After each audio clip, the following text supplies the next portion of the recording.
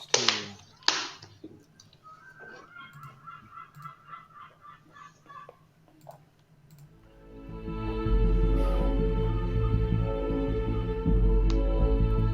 Hey, Sasha. Hello. Long time no see.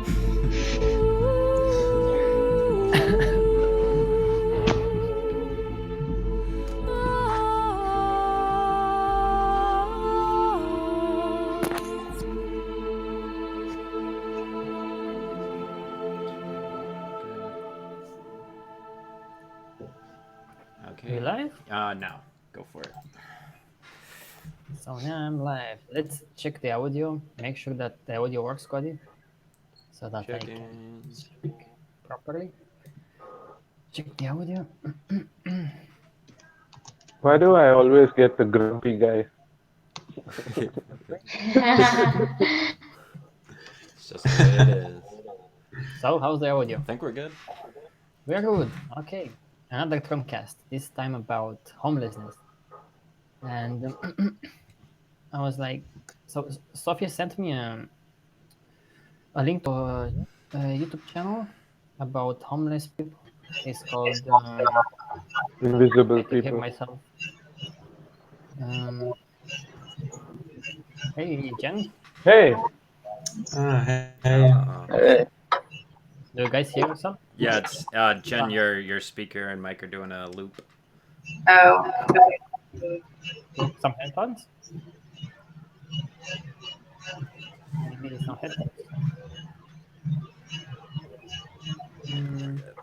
Okay, so I was saying that Sophie sent me a link called about the channel called Invisible People, I think, to add to Trump created videos, and it's all about homeless people and their stories. It's very interesting, and I remember that back in 2011, I was following this channel, and I put a video with a guy called Jay in Trump documentary, and the guy was so very on point with like why should we have homelessness when we have so much stuff around?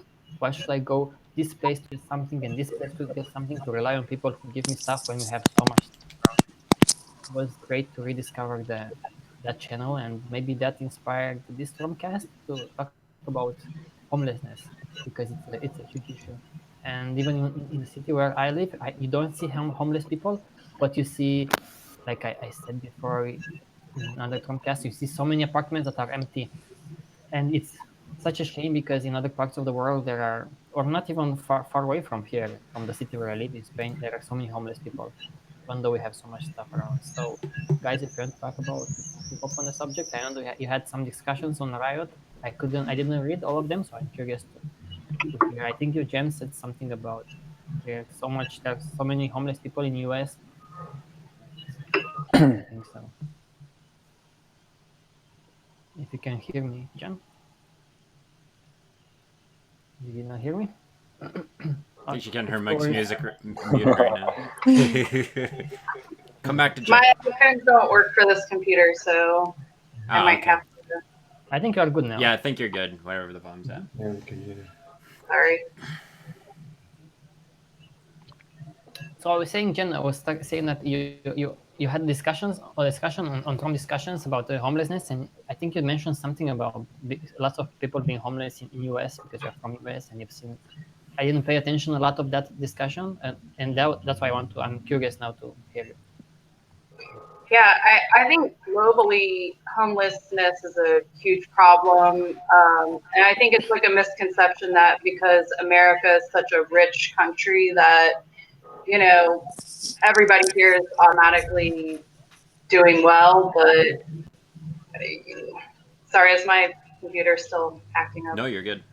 Okay. Yeah, so I think it's just like, I don't think people quite realize like how many homeless people you do see. I mean, maybe because I've only lived in cities mostly, so it's just like no matter where I go, there are people just sleeping on the street, sometimes without even a blanket. I mean, it's to me it's shocking. Every time I see it, it's shocking. Like I can't. Like it's very tough for me to accept, and especially now that I understand that we do have the resources to take care of these people, and it. I don't know. I personally is it echoing? Sorry. You're A okay. little. Little bit, but it's fine. I've been homeless myself. Um, like, so I understand, how traumatizing that can be. I mean, I was still in a bit of a lucky situation that I was able to get out. I had family members that could help me, and it only lasted for like a few months. But just even the stress of not having anywhere to go for hours and hours and not knowing where you're going to sleep and knowing that it's illegal to sleep in your car, it's illegal to sleep. What we did is we slept in a storage room. I mean, regardless of where you're at, you have to worry about police and you have to worry about the dangers of other people harming you for whatever reason. I mean, I can't imagine someone who's had to go through that for 10 years plus, or being a child in that situation. A lot of people in America are discharged veterans or people that have had to run away from home because of difficult situations, or people that are kicked out on the street because they can't afford the rent. I mean, that's the majority of the people, and to me, it's just such an insane thought. You know?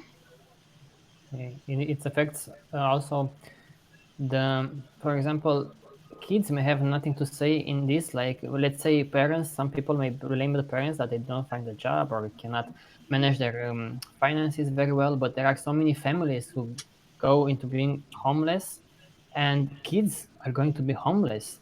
And then what are they going to do? Because they have absolutely no, even the adults have pretty much no say. But the kids, I've seen some documentaries about that, and it's awful. It's awful to be a kid and to experience that, be like 10, 11, and be on the streets. And imagine, because we take it for granted to, like, be at home and cook something and then go to sleep, and then even if you have a job. But imagine if you have nowhere to go, and even like for toilet or to eat something, you have nothing. And that's I think it should be. I never experienced that, but I think it's awful. It's mentally. And you know what, when people get pushed into this being homeless, it's harder and harder the more the time passes by and they are homeless, to get out of the situation. How can you have the moral strength to do that? Even the physical strength, you might be sick and so forth. How can you have the moral strength to get out of that? Yeah, I was looking up some statistics yesterday, and for instance, in Los Angeles, like in America, the bigger cities have a greater population of homeless. In Los Angeles, it's about 54,000 people that they can account for. It's probably more than that, but of those people, they're dying around in their 40s, which is about half the life expectancy of a normal person in this society. And then on top of that, more people are dying at younger ages, below the age of 40. So, I mean, that right there is insane. And yes, because they're living outside, their bodies are exposed to the environment much more, so they don't live as long. They're not living as healthy of a lifestyle. All the stress, which causes them to do drugs. I don't know if this is making me echo or what. I used to watch from my apartment balcony. This guy, he had like a homeless, just like his individual homeless camp set up. And every day, the police would come and knock it down. They would come and they would trash it, and it would be pouring down rain. This was in the middle of like monsoon season in California, and it was just like, why? Why can't he just be there? He's not doing anything harmful to anyone. He has no place to go. It was really disturbing to watch. Yeah, and police are supposed to like help society, right? But I guess they're not a part of society, so that's just this fucked up cycle. Yeah, it's like I wanted to yell from my balcony, stop, but I know like that's not going to do any good. Like it's probably going to make the situation worse, but it's just so hard to watch. And then on top of that, like he's probably getting flooded out anyway. Like, just let him be there, you know? Yeah, in Hawaii, there's tons of homeless people, and the cops just kick them out of their spots and just move them from place to place, like as if this is going to solve an issue. You know, oh, people are complaining about homeless people living under this bridge, so they just kick them out, and then they go under another bridge. Yeah, makes And- sense. I first realized that there are homeless people when I was a kid. I saw them in the city centers, and I was like, why is that? And then when I grew older, I learned more about the world. And then I traveled, and I saw basically everywhere in every big city. There are many homeless people, and they are looking in the trash where people throw their trash away if they find something to eat or some stuff they can use. And I was like, I just realized it more and more, and it's like we have basically an abundance. We have a book. It's called "Empty Homes for Nobody," where we explain that there are so many houses, so many empty apartments, and still people cannot live in there because they cannot afford it. It's ridiculous, basically. Yeah. And some homeless people even have jobs and they still can't afford it. By the Or way, have disabilities and help with it from the government. That's still not enough. I've just seen a documentary in Germany, in German, and it's about New York. There was a group of people, and they were doing a research investigation, and they found out that there are many people homeless, but there are also many empty buildings, and the people who own these buildings keep them empty because they speculate on a higher price in the future, so they want to keep it getting more value to then sell it at one point. And it's just it's wow. yeah, like it is here with the industry. You know that we went to search for an apartment, and no one will rent us apartments for a year or so, even if you have the money, because it's more profitable for them to just rent for 2, 3, 4, maybe 6 weeks a year Exactly. for tourists, and for them it's more profitable, and then they will not rent us. And I know people here who will rent an apartment for an entire year, and then they will only come in like in the summer and so forth. It's like their holiday apartment, but it's cheaper for them to rent it for the entire year if they manage to rent it for a year than to just come here in holidays. So they keep those apartments empty just for them to come here and visit for a few weeks a year, which is awful. And by the way, we have a new face, and hey, Yeah. what's your name? Two new faces. There's two. Ah, wow. Small face. There's a baby on here. Hello. Hey there. Hello, is it me? Yeah, Yeah. what's your name? Hi, my name is Yuri. Hi, Yuri. What's your name? What's echoing now? My name is Yuri, but that's much nicer. Yuri. And your mic has an echo. I think if you have headphones, yeah, but I'm not sure why. Hi, baby. Yes. Yes. Oh my god. Hold on, maybe he's got some really important stuff to say. Yeah. There's a baby. I think we need to fix the echo problem. Yeah, okay, I think it's coming from the baby. Or? Yeah, the echo is I from think the so. So I think it's Raimondas. I can try to mute. How about now? Yeah, that's good. Hello, this is me, Raimondas. Ah, Raimondas. Hey, it's doing an echo. Yeah, a little bit. Yeah, a little bit. Yeah. Who is Raimondas? The little guy or the big guy? Little guy. Yeah. It's If it's a bit trippy with the echo. Maybe. Yeah, it's a lot of echo. Baby. That should take care of it. Yeah, that's good. It's okay. Yeah. Okay, so All right. for anyone to participate. So we post the link on TROM-Cast.com, and anyone can participate. So guys, if you participate, if you want to like say something about the subject and so forth, just Pop in. speak, and then Hey Yuri, is that you with the cool hat? Is that Yuri? Mm-hmm. Yuri. Yes, I guess. Nice hat, Yuri. Thanks. Okay. Where are you from? Brazil. Brazil. Yeah. Cool. Interesting. Great, All great. over How the did place. you? Lots of homeless people there. Yes, unfortunately. Yeah. Yeah, and actually something about Brazil is like I know that people live in those things called favelas or something like that. Favelas. Yes. Favelas. And I'm not sure if they are even considered as homeless. So even if you count them in as homeless, is it counts everybody? Because that's another discussion. Like, who is homeless in this world? What do you call a homeless human being? Is a homeless human being someone who lives almost in a house that looks almost like a tent, like it's not even a house, doesn't have plumbing and so forth? And that's another discussion. So do you know about? I mean, I'm sure you are very aware of those people in Brazil and favelas. Yeah, and it's interesting because I was thinking when I read the title, I was thinking about what is homeless because if you rent, you don't own the house, so you don't actually have possession of that, so you could get thrown away at any time. But in Right. exchange for money, you get to stay for a while. But even if you own a house, the government can take it away if you don't pay the taxes, for long enough. So if you don't really own something, if someone can take it away at any time, right? So Hello. yeah, so they're actually just letting you stay for a while if you give them money.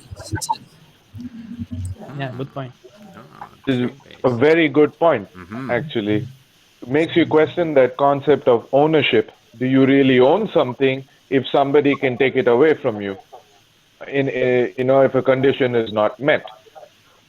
So Hello. even ownership is conditioned. Yeah. Yeah, exactly. Because I think the statistic was like in 2007 was like homeless people are around 100 million homeless people around the world. But I think there could be a lot more depending how you. Yeah, I think so.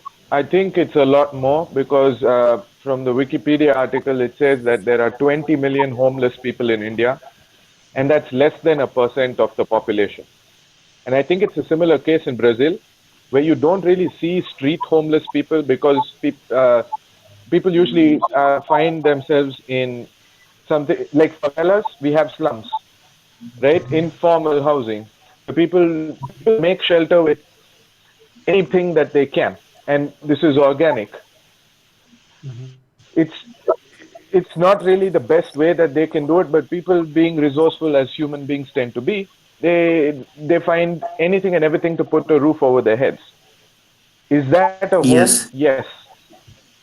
We can Yeah. disagree and we can have different ideas what the definition of a house has to be. But there is a difference between what a house is and what a home is. Hello. So people, Hello. hi. Hello. Yeah, like people living in garbage dumps and collecting trash, and living on the site. Is that considered homeless or not? That's also And how like government sometimes like creates the illusion that progress happened. They just change the limit to which we put these people in this category. Like it would now yeah, take more to call you homeless, thus we have less homeless people. It's right. like so it's also very very important to yeah, to know exactly like what do you mean when you say homeless, for sure. Yeah, I think the same. Basically, basically, when I would say that if I'm not sure if I will have a place to go back to sleep and to eat, and to basically be safe from the elements, and I will be homeless, right? Yeah. I don't have to own it. I just have a need to know that I will be safe as a human being anywhere, that I have a place to go to. It's sad that the access to such a thing is behind trade, and that's the main problem. Slums develop with very little trade. And It's most more importantly, we don't have any free lands now because everything is coming under the domination. Yeah, it's called eminent domain. The government can take away the land anytime that they want to, so you don't really own it. The reason people even feel a need to own something is to be feel secure that it will not be taken away, right? If you take away that need to own something, you give them the security that as long as you live, you have a place to stay, you have a place to rest. But even if you own something, in most countries, you also have to pay tax to the government. So you're still kind of trapped within this rental type situation. Yeah, I mean, that's why they even keep us alive, no? Sometimes you think of it like that, to pay the tax. No, that's a different thing. Think about it this way. If a community put their resources, whatever resources they have, for now, money, and they built houses for themselves, which before globalization, all world communities did that. If you were part of a tribe, the tribe would help you build a home for yourself. Or some tribes lived multiple families in single homes. We have that. In India, I think they're called Havelis or ancestral homes down south. In Kerala, we have huge houses with multi-generational families can live in. And the moment it becomes when it comes to trade, that you have to give something in order to feel the security, that's where the problem is. When people can no longer afford to pay that fee, can no longer afford to engage in the trade, they become homeless. Then they become invisible. And the They biggest become problem is invisible. most of the land is covered by limited people, I'm and sorry. this leads to the domination. No, I did not understand. What are you saying? Most of the land?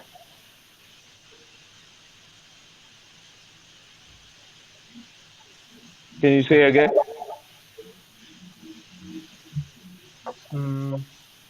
I don't think he could hear you, but Most of the lands are covered by limited people. Governed by That leads to limited the people. domination. Yeah. Yeah. Oh, Yeah, okay. exactly. Yeah. Yeah. Okay. So like the majority of people, or like only a few people own the majority of the land. Right. Yeah. I wanted to make a point about we say homelessness, but I think this is a very outdated definition, even in the official definition, because today we have built a society that relies on internet, relies on transportation, relies on healthcare, relies on people moving around, even like bills and other things like that. You have to have an address, you have to have a credit card for many things. So when you say people are homeless, they are actually also foodless and internetless and other things. They lack a lot of things, not only a home, because you can give homes to people, but if their situation doesn't improve and they cannot find food, they will become homeless again. And I've seen that happening.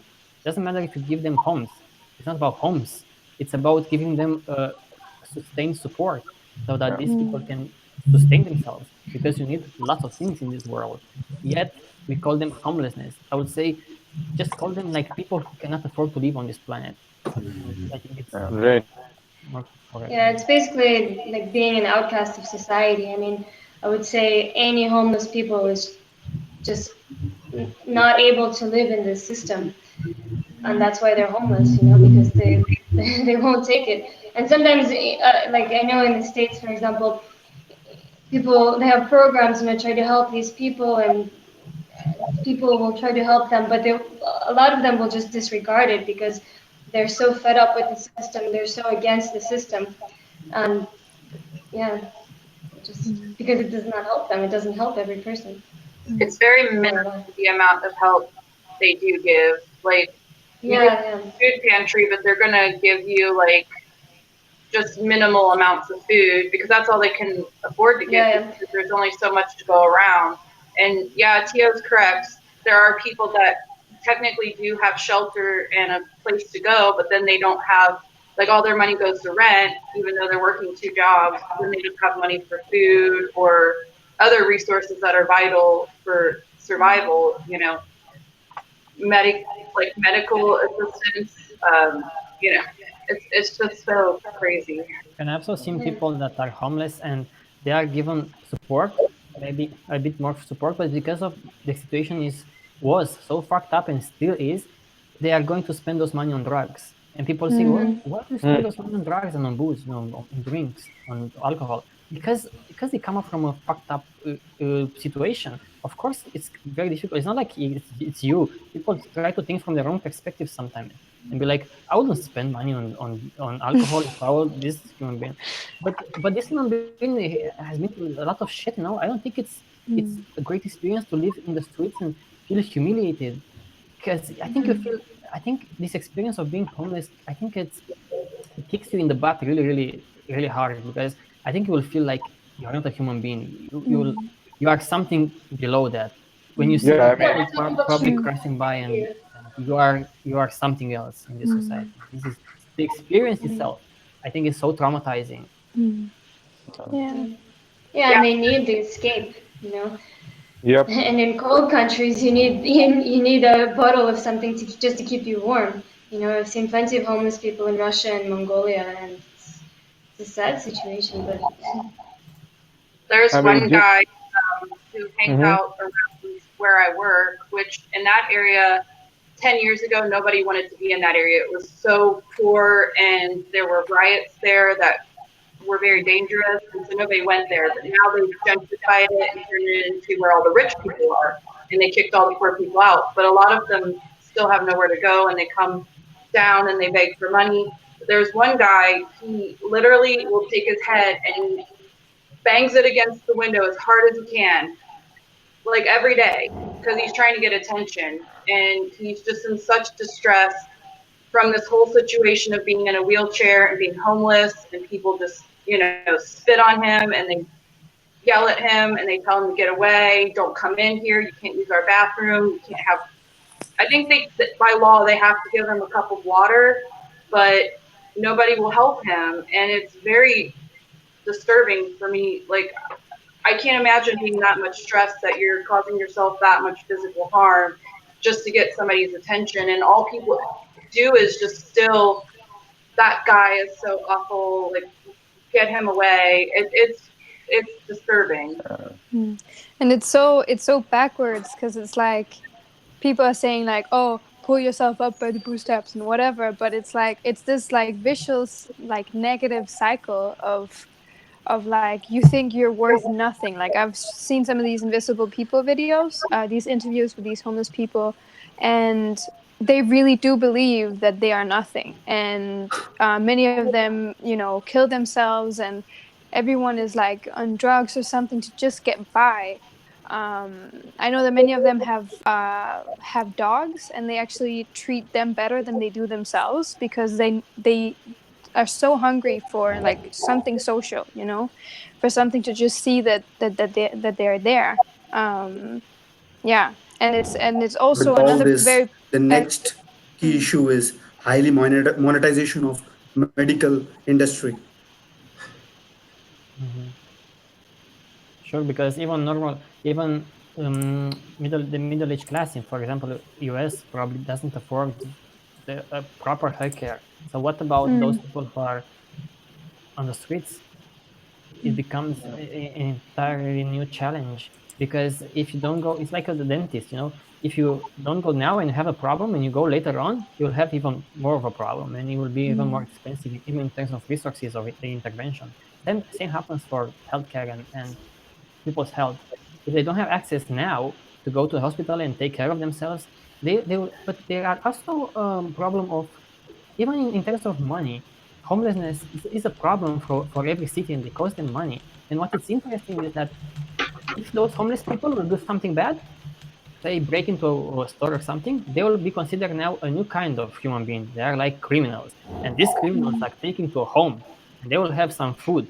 Yes, it's awful in those places, but isn't it more awful actually to be on the streets and be maybe sick? Because even for prisoners, they will have some health insurance, something they have to provide them. For some, they even provide them education and leisure time and so forth. So it's such a messed up society. Why aren't homeless people considered a danger, not for society itself, but a danger for themselves? They're not. So that's very fucked up. We compare that in the book and in the video that we made with the some videos book. Compare homelessness with prisoners. And I know that there are some cases where homeless people because they are so despaired, they will break into, like, they will take like a rock and they will smash a window of a store or something, so that they get arrested and they can sleep a night or two in a prison cell, which is so messed up. Yeah, and I Mm. read yesterday that to take care of a homeless person would, in terms of money, it would cost $10,000 in America to do so, but to take care of a prisoner for a year, it costs $30,000. So again, it just doesn't make any sense. But they will put these people in prison. You mean like for a homeless shelter? Yes, like if you just gave them like the resources, like food and medical attention, and I don't know if that included the shelter. I mean, it must, but like it just doesn't make any sense. None of it makes any sense. Yeah, just the fact that a society takes better care of those in jail than those on the street is so backwards that you cannot really justify it, you know, to anybody, because because most people consider criminals worse people than homeless people, you know, but they're disregarded and every day, you know. Yeah. And some may have this argument that, yes, Seb, but they take those people because they are dangerous for the society and they have to put them in prison. That's why they have to act quickly. However, if you look at the statistics, I think over 50% of all prisoners are non-violent, are just people who are caught up with like a bit of like drugs and stuff, like illegal substances. In a way, mindset of slavery is spreading all over the world. Well, we are either slaves or homeless, or both, you know, sometimes. Because if you're not homeless, what's your We option all. if you're not homeless? You have to enslave yourself to give your time and your energy and your comfort, maybe mental comfort and physical comfort, to get something in return, to get that house and that internet. We always have to trade those things. And that's why it's so fucked up. That's why we insist from that this trade thing, this trade environment is going to fuck us all little by little, but it's like an infection. That's why it's a problem. Because even look at the normal people who are not homeless. Okay, they are not homeless, but they are enslaved. They don't stay in the streets. They stay maybe in a nice house, maybe they have a nice car, but they all day they have to go to work. They have to put up with this shit of waking up every morning, going to work, doing the same shit, consuming their entire life, get more shit together. Like George Carlin was saying, like that's all we do. Homes are just a deposit for our stuff, and we put a roof over it, and that's what it is, because that's what we have become. And it's awful. Even when they want to give opportunities to these homeless people. The interesting thing is that they want to put them in the same kind of spinning wheel for hamsters that want to go to work. And I'm not sure that that's could be a solution for them, but it's not the proper solution at all. Yeah, to me, I see it like it's like carving on wood. You know, it's not like uh, they are that way, and then you put them in a house and all problems are solved. But really, it's a mindset. They developed into that situation, right? So, like slums and the favelas here, if we turn society into resource-based economy or something like that, people would still be violent there because they have developed into those people. So we have to have a whole educational revamp to really change people's behavior. So they develop those behaviors. It's not like they just click, oh, you're homeless. It's like the whole thing about you become 18 years of age and then suddenly you're all uh, responsible Adult. for everything. No, right. It's a transition. So you transition into that situation. So there's a whole history, a whole set of experiences that led you to that position. So I feel like I see that there's a misunderstanding, a lack of understanding of the mechanisms that lead to those situations. So you can never solve that because you don't know what led to those situations, right? And it's the whole system, the whole trade system. I also want to add the fact that many people who are homeless or who land on the street, they might think, "Oh, something is wrong with me." It's like I failed somehow. Something is wrong, and I'm just a loser, or I don't know. I didn't make it. But yeah, in fact, it's the system which is fucked up in the end. Yeah, because people make them feel that way. exactly. I think Mark wanted to say something. Yeah, I want to say hi to Mark. Yeah. Hey, Mark. Hi, Mark. Hi, Mark. Hi, Happy Gift Society. Yeah, I was going to ask. It's nice to meet you all. By the way, I'm a big fan of your work. Excellent. Awesome. I think it's. I think your connection is not good. You're frozen. Oh no. Cannot. Well, whenever you come back, you just interrupt us and see what Yeah. what you want to say. Yeah, But that's how we do it. I think you're completely right, Aaron, and that's honestly the saddest thing for me to see is when people in such positions of disadvantage like blame themselves for being in that position and don't see the mechanisms in play or don't see the fact that it's trade that's forcing them to be there. And then the people who are on the other side of the coin, they're also blaming them. So both parties are blaming that individual and not looking at the structure. And yeah, the homeless people are people who don't have anything to trade. Then that's why they're fucked. Because if you have something to trade, then you can stay within this system. Yeah. But Absolutely. prisoners, they get things trade free from the government to some extent, you know, housing and shit like that. So yeah, it really is so interesting, and focusing on this concept of trade will, I don't know, for me personally, it has also helped me understand how such people are disregarded just because of their position of not being able to give something to get something in return, and how we need to give things without expecting anything in return, because that's the only way in which we can build a society where everyone can grow and yeah. It's so well said in terms of trade. You said it very, very well.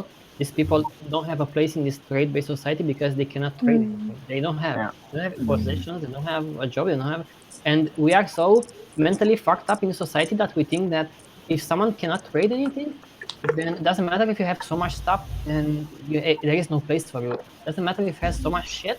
It's like I like how Alan Watts put it once. He said we want to build a house and we have wood and we have cement and we have nails and we have knowledge. We don't have inches, like the measurement. We just don't have inches and we cannot build a house. That's how crazy we have become. Yeah. No, that's a very good point. Because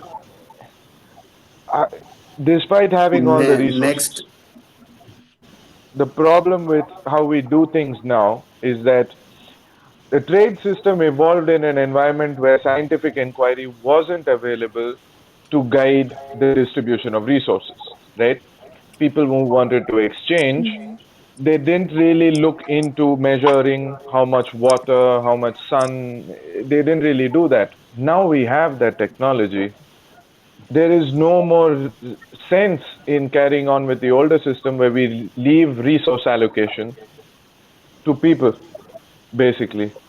It doesn't make sense because it can, the only way that can happen and the only way trade tells us is that only if you deny some people, some other people can have some shit. Like imagine this, like if wolves are eating, they kill, or wolves or lions, there is a pecking order. I think you guys have heard of that. The which part of the pride or which part of oh, Mark is back. I can stop right now. Is he back? He wants to say something. Go ahead, Mark. Yeah, I just wanted to say that I think in Singapore, I'm guessing now that it's Singapore, but there's a place where they provide free homes to everybody. Heard about it from the Universal Basic Service website. I doubt it's Singapore. Do any of you know about that? I really doubt it's Singapore. It's smaller than the city I live in, and it's hella expensive. But where is this? Yeah, Where I did think you hear about it? I think it's, but I'm not sure. I have to check the article again. I think That's the interesting. thinkers are very noble, and I think they are going to help some people, but I think if they don't have a more of a global vision and understand what created the problems in the first place, if you try to just give homes and opportunities to homeless people, then you are going to trap them, like I said, in another kind of spinning wheel, that wheel of going, having a normal job and being. Uh-oh.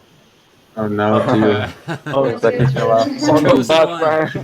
Yeah, and in many cases, like if you are in a country like here in Denmark, for example, where they give you housing regardless, it's only if you are Danish, for example, because if you come from another nationality, you won't get shit. And I don't know if it's in Singapore, but wherever this place is, it's probably under certain, conditions that you will only be able to get this so-called free housing, but it's not trade free. Yeah, You're And that's right. I mean, yeah, that's and then you will the still have to, solution. go Oh, ahead. sorry, sir. No, go ahead. No, go ahead. Sorry.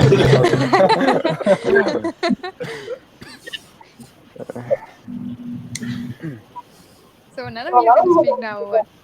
well, I was going to say that when I went to Cuba, I noticed nobody was homeless because it's a communist country where they give you housing and like certain resources, but everyone there it is still a trade because you're restricted. You only get the information that they give you. You have restricted, limited access to internet. I had no internet or phone services when I was there, so I couldn't call for help or do anything if I wanted to. They only see what the government allows them to see. So it's still like a trade, you know.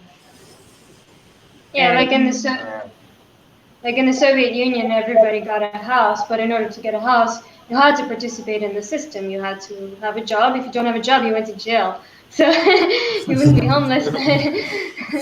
Gulag. Yeah, So yeah, you cut out. Yeah. yeah. Well, I'm wondering, what if it actually makes it worse if you give people just a little bit? Say, oh, okay, your issues are fixed, but they're not. You want to, maybe you have ambitions to do things, but you don't have the money to do it, and that depresses you, and it gets worse. You're kind of just in a survival mode. I Yeah, think that universal basic income can transform into that. Yeah, yeah. I mean, that is basically Yeah, deciding how much we pay all the poor people to stay poor. That's exactly. cheating. yeah, I'm not Exactly. buying that for 1 second. Yeah. If there's a pie, everyone talks about the pie, right? The pie that we're all supposed to get slices of. And if there's everybody is going to eat that pie, right? It's not, you don't decide what's the smallest crumb that you can break off and give it to everybody. You decide what's the largest bite anyone can take, right? That way everyone gets a bite of the pie. It's, you can use their own analogies against them and they will not, it will never work, right? I like their initiative in the sense that they say we need to, people are poor, some people, and some will have less and less opportunities to get a job and so forth. I like this mentality. I like the theory. The theory is like, let's give everybody enough so that they can do it, they can make it in this world, so they can do other things. But in this world, I don't think it's going to work like that at all, because us being forced to trade, some people will want something, some others will want something else, and it will be the same kind of fight that will push people into being the same kind of slaves. Even if they will have homes and shiny cars and shiny phones, they will be still slaves. So that's why I like the idea. Even for those who provide houses for people, I will say, okay, go ahead, do your thing, but I'm very skeptical, and I think we need to tackle this trade problem and to understand what the problem really is. But I applaud people who have the initiative, because I think at the core, those people, I think they want to help other people. There are people who Right. help homeless people and so forth, so I appreciate. Actually, I don't want to push those aside and be like, you do nothing or something like that. No, I think they want to do good, but they don't know how. Yeah. yeah. No, so completely agree.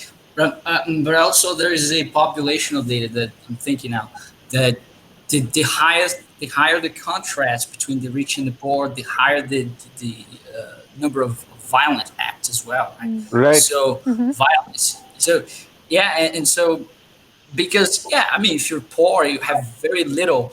you want to do things and you can't because you don't have the money, and you look at people making lots of money and you see that they're doing it at the expense of, you know, even other people's lives at times, very often, and the environment. So it really gets to you, right? You go like, holy shit, is it fair? Or are they, you know, you look that some people actually got the money from their parents, you know, they did very little, let's say, to get to that point. So it really pisses people off, I guess. Your motivation goes down potentially. So yeah, but no, yeah, I applaud people that want to help. Sure. No, and I think the thing with basic income is that it can. I think it has some good parts, and of course they, from my perspective, don't fully understand what the problem is, and that's the most important thing to focus on, which is trade. But I think that it can still mitigate a lot of pain that's going on. I'm hearing a bit of echo, but that is happening, and for people to at least afford and get the basic necessities of life in so many places around the world, and not necessarily have to trade as much time and labor and sweat and all of that different type of shit, and then maybe they can get a better understanding. But like you said, Srinivas, it is really like just getting the crumbs, you know, to keep playing a sick and outdated game that is not functioning, and it's in a way like being pro basic income is being pro or thinking that that's the solution, is like you're kind of submitting, okay, then I'm okay with the crumbs, you know, and we can do way better than that as a society. Because that's what it will come down to. Yeah. Imagine UBI was implemented everywhere, right? And people are born into it. Not you, not me, not you, not Sasha. People born into it. People born into living on, let's call it basic, right? That will become something like a slang. You can easily imagine people doing that. Oh, he's on basic, right? Yeah. And that becomes a way to diminish people. Yeah. This idea of basic, where it's good, is that it's a safety net. Yeah. That is, in case you fuck up in this trade game and you fall down. It's like, you know, when you play the arcade games, when you lose and it asks you to put that extra coin in, continue, and then it starts counting down. Cody's nodding. I know what he. I know. People I'm following her. made to born in categories. Yeah, I mean, it's basically just that. You, as long as you're going to keep people, like Seb, you said in your poem on Monopoly, if you're going to keep paying people to keep playing the game's never going to end, and you're going to get to the source of the problem. The source of the problem is that you are trading on a basic necessity, where we don't need to do that anymore. We have the technology to allocate housing. We let traders decide how much land goes to how many people and what that land costs. And it's absurd. We don't need that anymore. But we don't have to look far enough. You can look at the like safety nets. There are many countries who provide all kinds of safety nets. But for one, as far as I understand, they are not enough. Never it's enough for people. And second, all of the people on safety nets, because they are in this fucked up society. You always want to spend. I mean, I know people who are making 200, 300 euros a month. They work, but they still want the latest Samsung. They still want the latest clothes. They are influenced by the same marketing strategies that everybody's influenced by. And they are either poor and shitty because they are like depressed, or they are poor and they can buy some happiness in terms of a phone or something, and they are full of debt. And it's the same fucked up cycle, even with safety nets, because it's somehow we ignore the forces of the society. To me, it's so mind-blowing. Everybody ignores that, as if you help these people, and these people are thrown into this nice society. No, you help these people a little bit, but from all directions, everybody wants to take those money away from those people. You know, it's like wolves everywhere, and you just give them something here to survive, but wolves are everywhere, and no one seems to acknowledge this. Yeah, That's why that's the problem with the universal basic income, is that economists are finding that it will be completely just taken away from the corporations will just raise prices and everything, and the income would be enough to provide to people for maybe a year, but then the next year all the all the prices will have gone up, or other tactics. And so, like the wolves that you're saying will just go after that money. So providing services like is is is very important to in order for people to have their human rights, our human rights, not just income. Yeah, because I mean, automation's coming regardless, so they have to make up for that in order to keep this system going. But when you think about it, it's a system that's built on classification. In order to have people on top, you always have to have people on the bottom. So it's not a solution. It can't work. It's the system itself is fucked up. No matter what little things we keep trying to go in and do here and there, little patchworks, not going to do it. I think they will say like what Mark was saying. I think I agree with that. That some people will look at the universal basic income and they're like, but it's better than providing like from the state as free healthcare or free transportation. Because just let people decide. Is this mentality of like just let people decide? They know better what to do. The problem is that in the society, people cannot judge except in trades. And I want this new phone, I want this new stuff. And I think in essence, it will be better than a basic income. It will be better to provide trade-free or some sort of free healthcare, for example, because it provides for everybody, or free transportation system and so forth. But you see, the big sharks, the Googles, the Facebook, and others, the big rich guys here, they don't like that unless they provide the service. If they provide the service, maybe they will like this idea. Else, they will be like, no, just give people money because we are the ones who are going to manage them. They will come to us. The one that will collect it then afterwards, yeah. You're completely right, and I would agree that the best way to help people is by creating trade-free goods and services, because you're tackling the core issue then, and most people don't know what enemy they're fighting, and that's why they propose something like basic income or something like that. Well, I think it's because they have to keep this system going because people aren't going to have as many jobs with automation. So again, it's just like a little patchwork. Sorry, my computer does. But yeah, it's gonna funnel back up to the top because that's how the system works. That's what the system is. So it's not a long-term solution. For sure. Yeah, the winners of the Monopoly game will keep on taking. And I hope people go out and help homeless people, give money or houses or whatever, food and so forth. I'm not against at all against such a thing. But I also hope that maybe such people try to look a bit further than this, because they will see that they are going to just push the problems just a little bit in maybe next year or the years that follow, and then it will be the same problem. Like you feed some people here, and there are other people that are poor in the other side of the world, or the same kind of thing and so on. Yeah. Yeah, what if it makes things worse? I'm just wondering about it because I'm not against helping people at all. I think they should, but what if it actually we're spending that money, and so that money is being withdrawn from the government, so they have less money, but they're not investing in something that's they're not empowering these people. They're just helping them to survive, but they're still not motivated. They're not helping to build this next the transition. So what if it kind of makes, from a technical perspective, purely, what if it makes things worse? It could be. It's like if someone has a wound, like he's shot, and you just put a little bit of whatever there, but the infection is going inside, and maybe it's going to get worse. Maybe it needs a surgery or something. Maybe I don't know. Yeah. That's also why it's like these things kind of just create like a new low. It's about the inequality and not necessarily some poverty line that we've just put somewhere, It's about how people feel in relation to each other that create these like problems like violence and so on.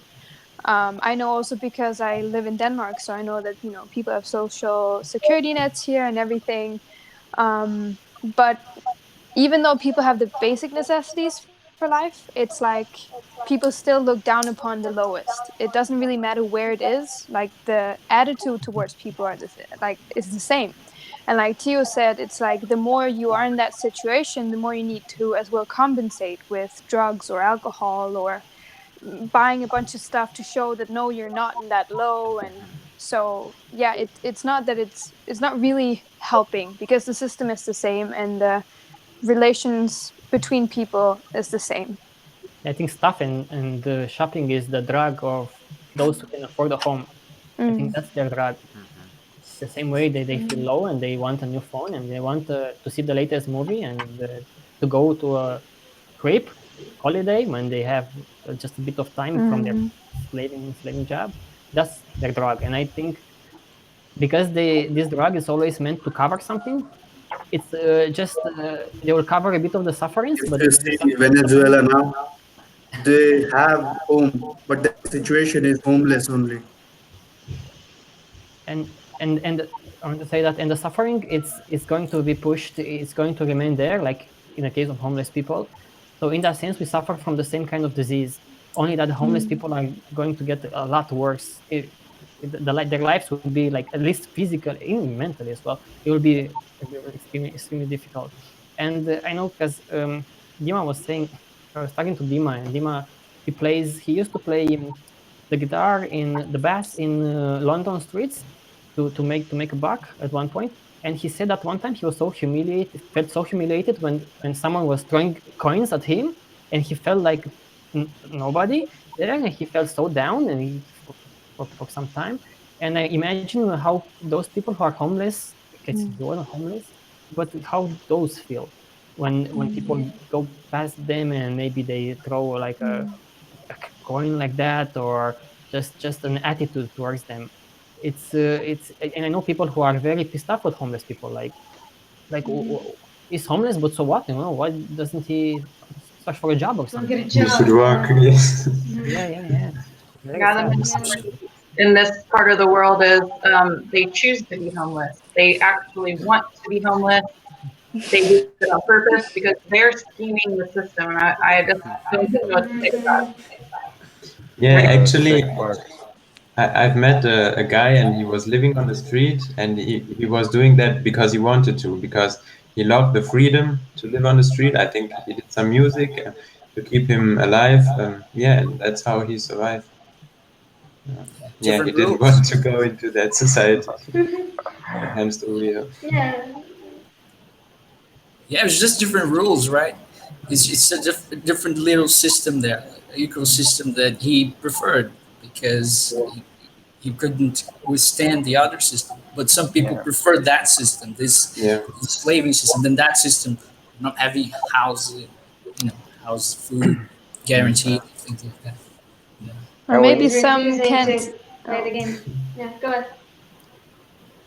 No, I it's just just said he's refusing to play the game to be a slave. That's it. So go on.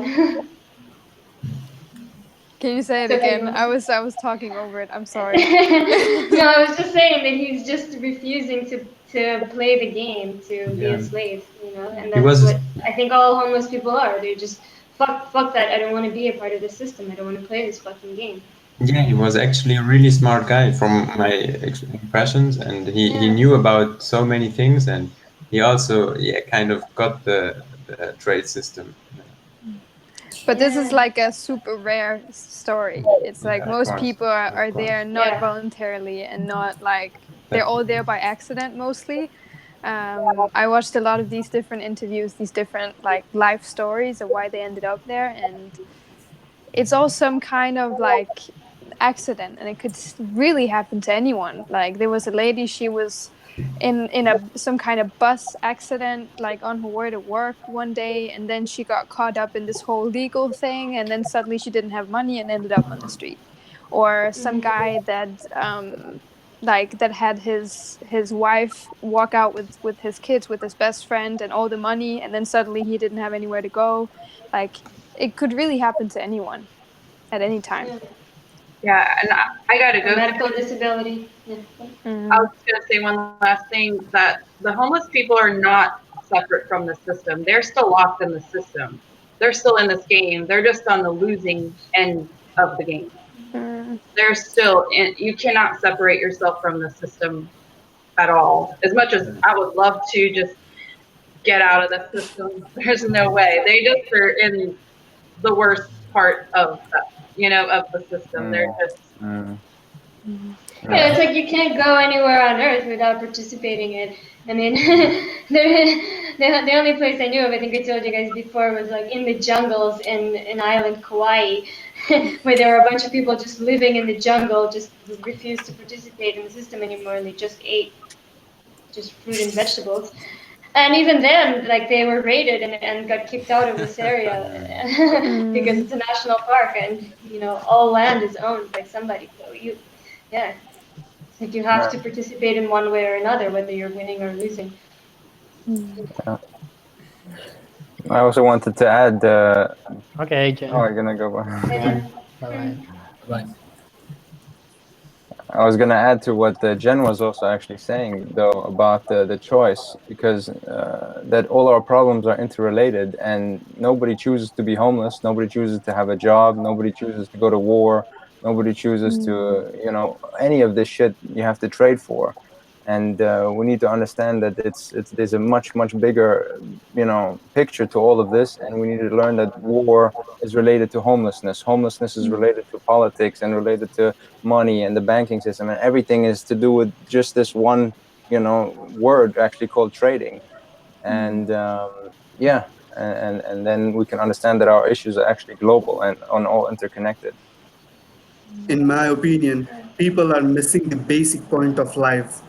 We have to construct to live, not to mess up. If you see this world, every construction is making life more confusing and more congested.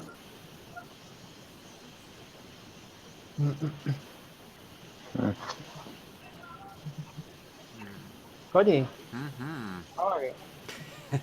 I'm doing just fine over here.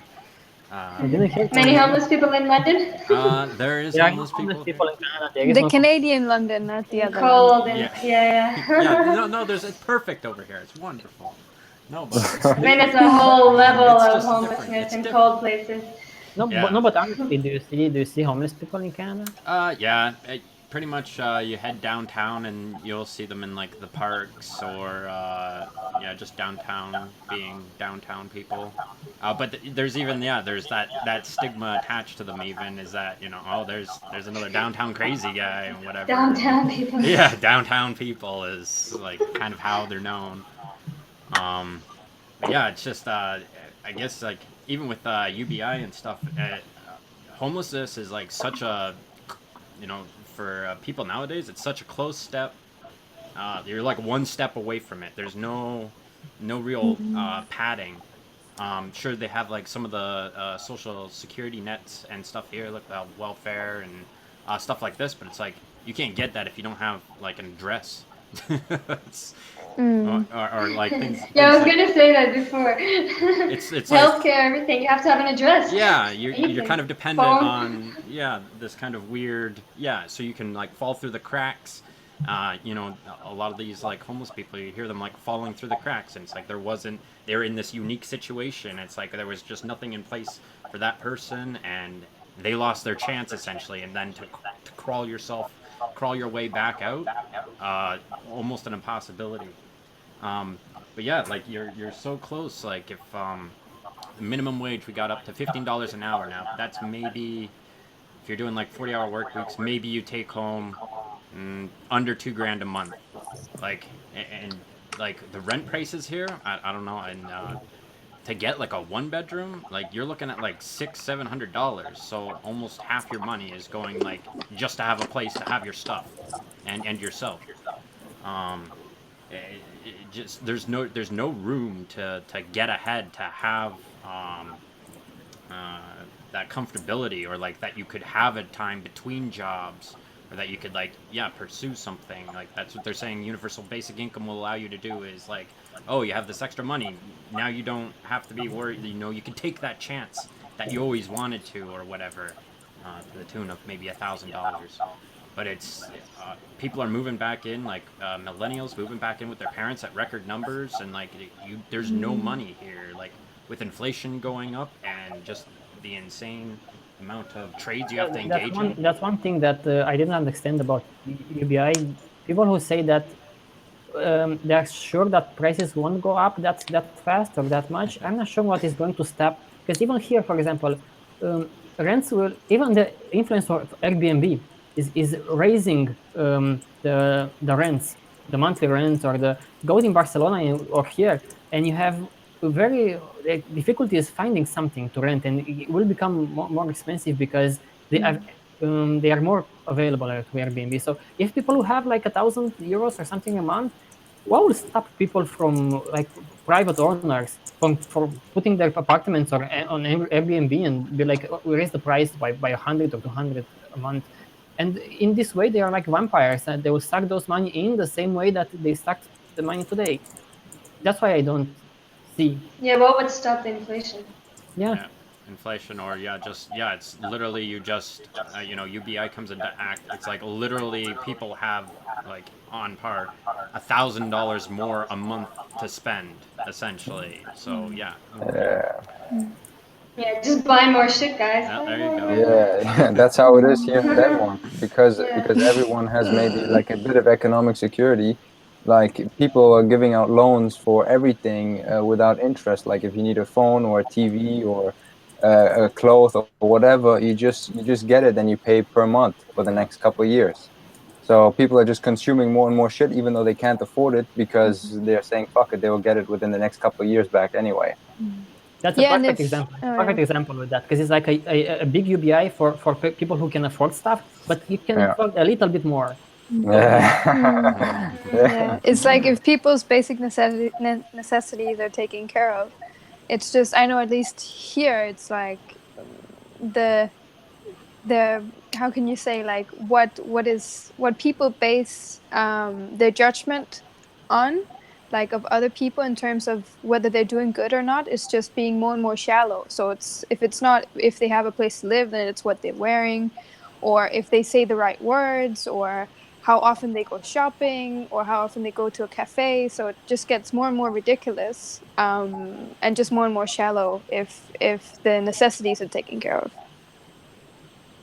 And I think we should stop measuring in this society, stop measuring success or good life in terms of money or stuff. Like we should stop with such things because this is nonsense. I'm sure you'll find so many people who have quite enough stuff and quite enough like access to stuff, and they live a very miserable life. Like pretty much everybody complains. Like you guys are Denmark. What the fuck are you complaining about? You know, do you have like you get money from the government and so forth, but you too People complain because who you understand faced it's a natural fucked up world. disasters, they And know the real meaning of life and not about money and materialistic yeah, that's what aspects. I'm saying. Yeah, we should stop measuring success by that and be like, okay, people are miserable. Let's give them some homes. That's not how you do it. You have to provide opportunities for people and to understand that we are thrown into a very fucked up environment where we either compete with others or we look at competitions and we always measure ourselves because we are pushed from Facebook to TV to colleagues at works. It's such a polluting environment. That's why people are miserable, even if they have stuff. Because you know what? I have this shiny new car, but my neighbor has an even better car, and that's so fucked up. Like, how could he afford that? You know? Yeah. And it's always this fucking Exactly. thing. You know? Yeah, yeah. In this kind of system, it makes sense, right? It requires it kind of developed this way, but so I don't see like we could break that cycle without changing the system itself, because it's so if you've got more money, you got more power, you can do more, and you have more fun potentially. So I wish I could do that, and so people start measuring automatically. So gotta change the system. 100%. Telling the obvious, right? Yeah, that seems what a lot of TROM-Cast is. Yeah, but what can we say more than this? You know, people Yeah. might think that okay, you say the same things like we have to change the system. Oh, trade is just it's a problem. Yes, but if that's what it is, then we are going to repeat it until like more and more people get it. what else can we do? Because I don't as I said, I don't disagree with people who are trying to help other people. I'm not against them. It could be maybe a bad idea, like you mentioned, like when you provide houses for maybe homeless people, maybe you can do something else. But if we don't tackle this kind of big issue that is it's a global issue, then what the fuck are we going to do now? Even if you fix homelessness completely, like no homeless people ever, and so what? We have still a trillion problems left. People are still miserable, and they have to give their life, With their this space, energy away. soon we will going to talk about spaceless. Yeah, maybe. Who knows? But that's what's happening. That's happening, and this system is going to always. If that's the nature of the system, to want something from people, you bet that some people want something from you, and they will get it somewhere or another, and it will be always this kind of game. And like Jen was saying, homeless people they still play the same game, only that they are in a really bad side of this game. Like really fuck that. When you play Monopoly, you are that guy that has half to fucking nothing, and you just watch other people play the game, and you can't even like roll the dice. That's what the homeless people are. Yeah, exactly. And I think it's also important to name the problem as trade, because many people say, okay, we need to change the economy system, we need to change capitalism, but you cannot like trade gives you an idea, gives you a how-to. What can you do? You can start right now. You can start creating trade-free goods and services. You can, if you help somebody, you don't expect anything in return. That's just, and if more and more people do that, it can get bigger. Yeah, because you promote the idea and you also promote a service. If you, for Exactly. example, if they will say instead of giving homes to people, to homeless people, they'll say, let's provide like trade-free housing for homeless people. That will not solve the problem, okay? Because it's the same kind of issue that you put just homes, we just give homes to those people. But they will promote an idea. That's what I'm trying to say here. They'll promote an idea. They'll be like, okay, this trade is fucked up, but let's provide trade-free housing for homeless people. And maybe we'll inspire others to be like, let's provide trade-free food. Maybe let's provide trade-free accommodation for most people, not only homeless people, like they did with healthcare. Because healthcare in some countries is more like, let's help those very, very poor people, because they understand it's a problem there. But some other people are saying, yes, but let's help everybody. And this is how you build the healthcare system as national, that you have here in Spain, for example. And now in Spain, it doesn't matter if you're homeless or it's me. I came here from Romania. I'm just a resident. I never worked here and so forth. I can go to the hospital. No one asks me any money. I can trade the fact that I have to be a citizen and respect the rules and so forth, but it's more trade-free than the American healthcare system. So maybe you can push this trade-free idea with housing for homeless people, maybe push them with like healthcare for homeless people, but they're also pushing more towards the top of the society and be like, let's do that for more and more citizens. Let's create more of such things for more citizens, and let's understand the problem. Yeah.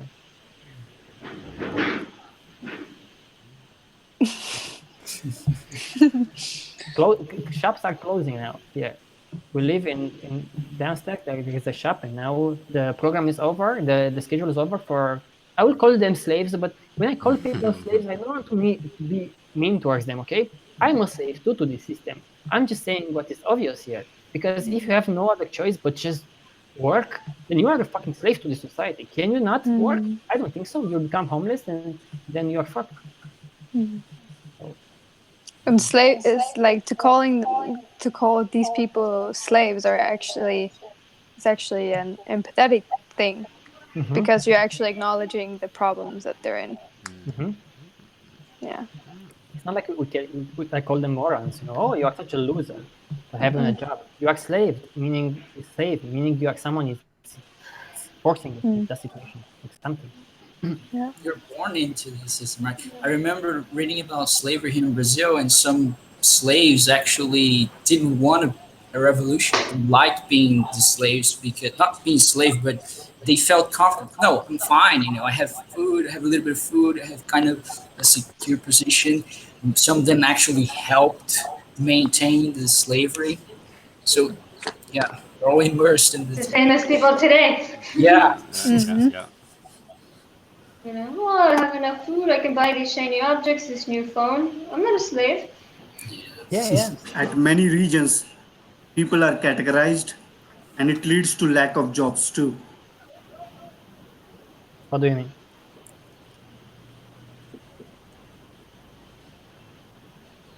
Okay, maybe you didn't hear me. Uh, oh, I wanted to say something. I forgot. But yeah, I was afraid when we started the TROM-Cast, when we started the idea that we are going to repeat things and repeat them and repeat them, but and it's going to happen. I'm sorry, but it's going to happen. And because if people are going to ask me now, but okay, give us a solution. What's the solution? We talked about the solution is the problem, in my view. You understand the problem, then you come up with solutions. That's it. Homelessness is just a little problem in this big world that we have lots of problems, and most of them are interconnected.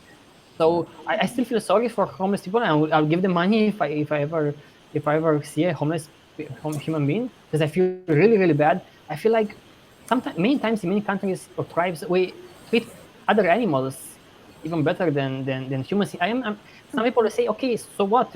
That's not a problem. We have to treat all animals correctly. Yes, but we created this society for humans. Let's not forget that. That's why we make streets. That's why we eliminate bugs. That's why we try to fight infectious diseases. It's a work for humans.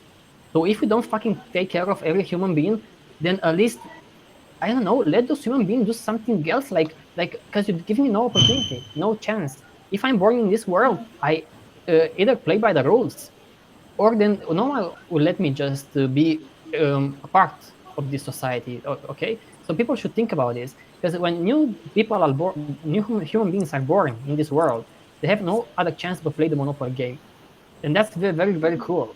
And that's what people in this world should understand, that it's a forced game. They have no choice. Even those who say, like Sasha was saying, I have a new phone, I can buy stuff, I have my own money, I have my own decisions. Instead of buying drugs, you see, I'm investing money and I'm making a business. Fuck off, everybody is playing the same fucking game. I used to We say live with that. like a very. Sorry, No, go ahead. I was just gonna say we live in kind of a utilitarian kind of society, because people will treat their animals well if they're used for something. They'll have cattle, they'll need to treat their cattle well if they need to have them used. With humans, if they find these homeless people to be useless, then they're not going to be treating them well. Maybe if we eat homeless people, I think they could make like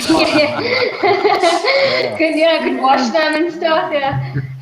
But hold on, because it's not a crazy. I mean, they have this idea with wild animals that are on the edge of extinction. They say they let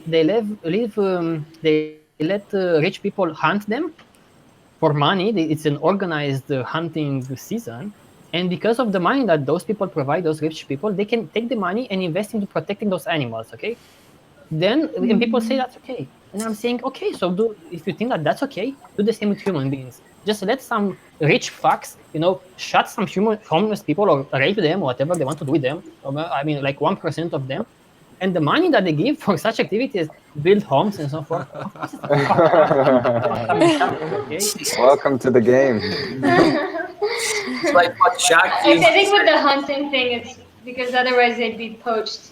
So the local people have kind of like a duty to protect them, in order to make money off of the rich people that hunt, and that will allow the population to not die out.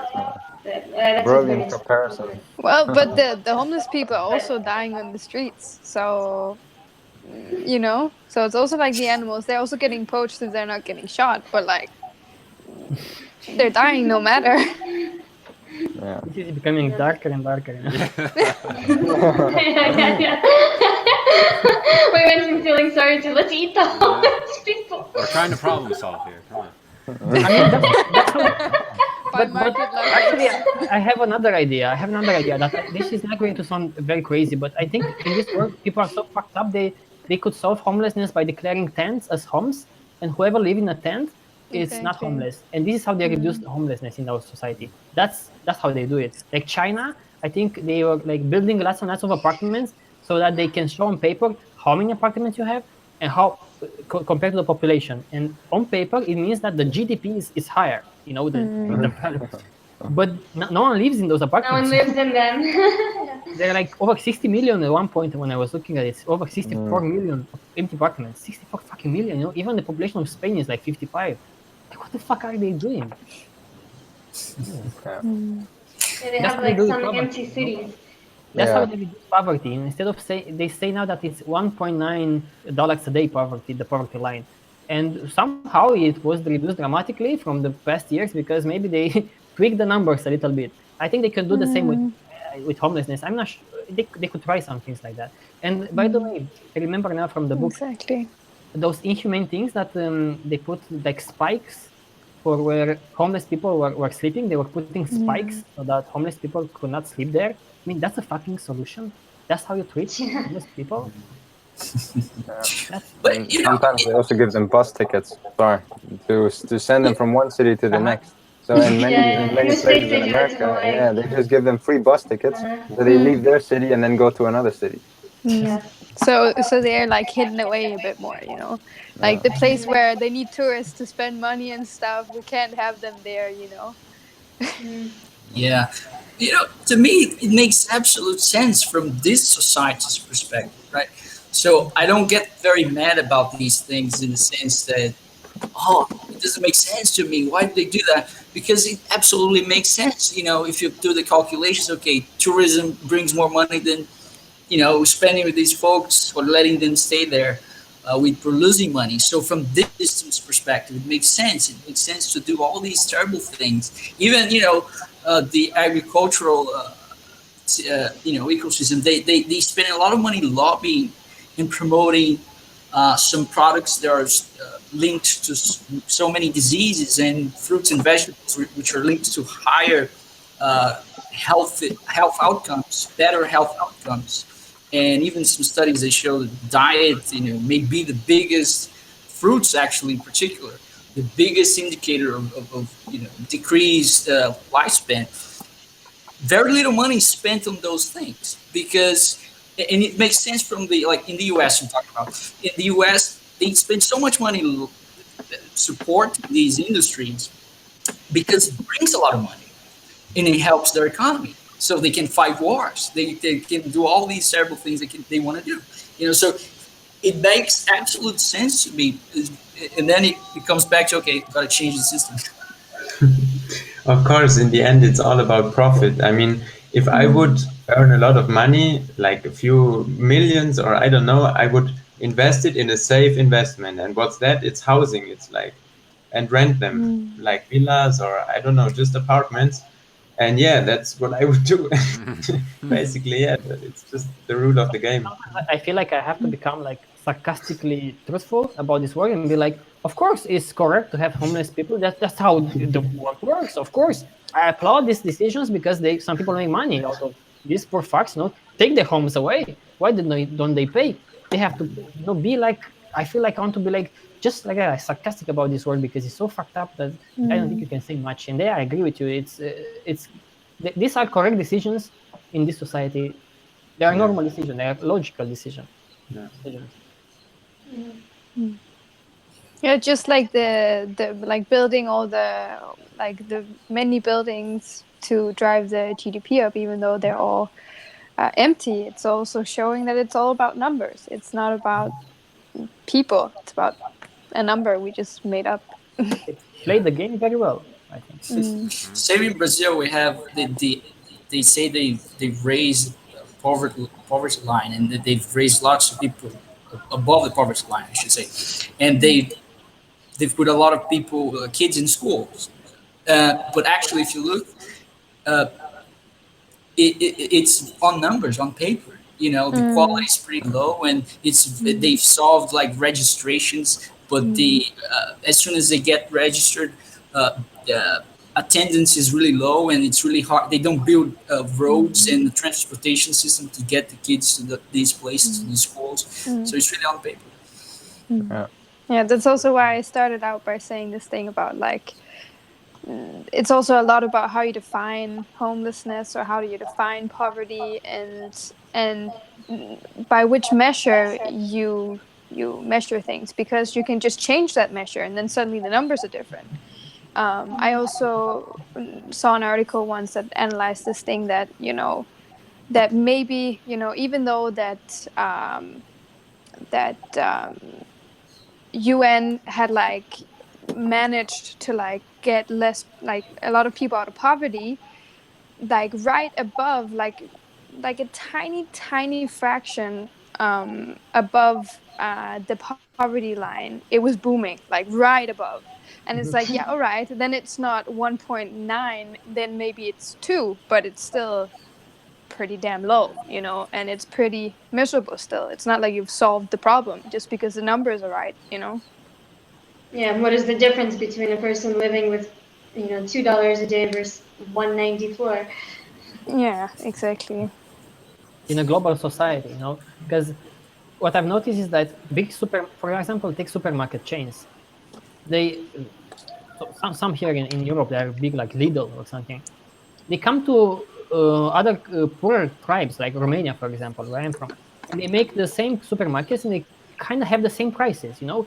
But the situation there is a lot worse than, say, Denmark or Spain. So the prices are the same, and the people are even poorer there. So it's like it's a globalized society where people are pushing the same kind of prices, but then you measure like poverty line with $2 a day. Well, from what perspectives? Because this globalized society, it's how much those people can afford.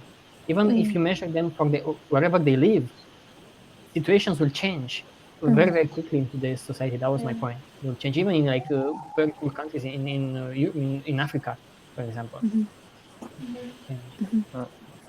Definitely. I also just wanted to add that in today's like economy classes, the way in which economists and so on talk about homelessness and many other problems like that is by just excusing them with the word like called negative externality.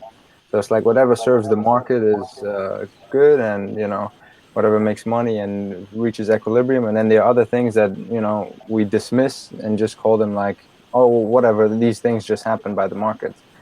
And the funny thing to point out as well about Brazil is this thing about the World Cup a couple of years ago and the amount of money that's been spent there and in other places, but not on housing or real needs of people, but it's just spent on entertainment. And I think there's also a TROM book called World Gap about that. And it's just ridiculous to show how entertainment and for-profit, you know, entertainment is what it's all about instead of actually helping people. Actually, Yeah, because you make money from entertainment. You don't make it from helping people. Exactly. in that case, actually, they had to move people away from their houses to build all kinds of stadiums and so forth. They forced them, like, Yeah. you here, people, you just move on because we are going to build a big stadium. It's so nice, you know, you'll see it. Fuck off, you won't see it because even the tickets were so expensive that people from Brazil, I think it's a big like discussion there and maybe protest and something because even they couldn't afford to go to those stadiums that were built from people's money, you know, from the country's budget. You know, what the fuck are you doing? Yeah, and they also spent them on walls in front of all the ghettos. Oh yeah. It's Yeah. like, Keep I the poor mean, away because they may have diseases or something. Oh, yeah. And then there was a new school they just built, so like you could see that it was about the ghettos because then there was like a transparent wall, and then the normal wall started again, like right where the new school was built, so they could see that everything was in order, you know. But I also have to add, like, football is such a big thing in Germany. It's like people are watching in the TV, like the World Cup. It's Wole, go Germany! and I grew up in that culture, and I was watching that too. And I'm like, fuck! I mean, this is crazy. I mean, it's part of me, and now I just realized, or not now, but I did realize that shit. It's so fucked up. Yeah, it's ridiculous. Yeah, it's shame. I remember something now when we tried to rent something. Miss Sasha and Aaron, we tried to rent something here. They were asking us, so that's amazing. They were asking us, okay, you want to rent, but some said you are too young, for example, to rent something. And we're 30. What the fuck? We are 30, you know? I mean, thank you for saying that, but for fuck's sake, someone said, like, okay, but you have to showcase if you have a job and we need paper that you have a job. Some said that they only rent to families. Like, what in the fucking world are these people doing here? You know, we were like unable to find anything. Tens of thousands of apartments in this city where I live, empty. And I will make a documentary about this. I want to go with hidden cameras to go to places that are empty to show you, because are even like empty buildings here, I went with Sasha into one big building, like 10 rooms or so, completely empty, empty for like years and years. I want to show you. I want to show people how because the city is such an example of waste and putting in correlation with homelessness. It's infuriating. It's actually it's a good decision. What am I saying here? It's a good decision from this system's perspective. I think they make lots of money. And what am I Yeah, they make complaining lots here of money in about? 2 months. Because people here from the agencies that they rent apartments, they were like, "Oh, of course we don't rent for a year. I mean, it's not profitable." They say that to you with a straight face. They think that it's normal. It's of course it's normal. Yeah, you won't find anything now. Everything is empty. You won't find anything unless you want to rent for a week. You know? Do you think we could solve some problems with technology? Like Uber brought the idea of car sharing, and not only Uber, but so people are thinking about these things now. And before they were like, no, I want to own a car, I want to own everything. And now people are talking about it. So maybe like I lived in an island, and people had lots of boats sitting there year long as well, and not using. And so maybe we make an app for sharing boats, and one by one we kind of solve some problems, or at least start the conversation. If you move from trade ownership to trade services, then you will be maybe it could be even a bigger of a problem. Here's why: they had this idea of self-driving cars, okay? And self-driving cars, how do you make money? You make money by renting them, so it's a rental process. So for one, they will probably are going to mine people's data and they push advertising and so forth. Second, they came up with an idea. They said, parking lots are very expensive. So what if I have a self-driving car, it's cheaper for me to let the self-driving car drive around the city empty rather than just park it. So you will probably see a dystopian future where there will be like today there are many empty houses because it's cheaper. You will see many empty self-driving cars or self-driving boards are just empty there waiting for clients. Maybe you will see the same kind of abundance, but in the service direction. I understand what you're saying, but I don't have much confidence in this trade-based society because they will push other things, or they will push like social credits or some shit like that into people because they have to make something. So that's never a good idea. In theory, it's a nice idea going from owning to renting, but in this society of trades, I think they will be able to fuck it up. And I think I can give you more examples of how I mean, this. because you can rent apartments and the Airbnb and whatever. There's lots of different services without having to own an apartment, but there's still lots of problems. Yeah, I'm thinking more like a kind of trying to start the conversation and make it obvious that we don't need to own as much. So look, cars, they're even talking about making free at some point. Of course, data mining, that kind of stuff. So it's not really free, but we could argue, okay, see, we could do things for free with technology. We can automate a lot of stuff. Let's just get rid of trade. But only when you have this stuff, because people are saying, "Oh, look, we have Facebook is free, or Google. Oh, look, Google Maps. Many people are using Google Maps." Yeah, but that's not free. Then they are very charlatans behind it. Only some people can advertise there. And Google makes money from other things, so they don't have to push it that much. But when Google will be forced to push trades into the Maps, they will push trades there. They did every service. Like Google was branding itself in 2004 like we are the honest search engine because no one pays us for top results. But now Google, what is doing is top results are advertising. So they went from this to that very in a few years time. That's why I understand your point. I used to like explain this point, and I use this example in books. Like, look, we can go from owning to renting, but we also have to address this trade thing. If we don't, then services will become fucked up. Yeah, absolutely. Okay, if you don't have anything else to add, we can go to a bit through the news that we have, because that's what we do every TROM-Cast. We go a bit through some news that we have from TROM-curated news. And Anyone? All right. okay, then we can. Or maybe just thought. Because to me, it's so ridiculous. It's so obvious that if you empower people, not giving a little bit, but you really empower them, give access and resources. It's so much can be developed, right? If we automate, like Forbes estimated in 2013 that 70% could be automated in the US. If, let's say, theoretically, if we could, 70%, it's 70% of people free to then work on automating the remaining 30%. You know, so much can be done if we're not trading. And it's, to me, it's pretty obvious, like the open source movement, you know, free software, open source.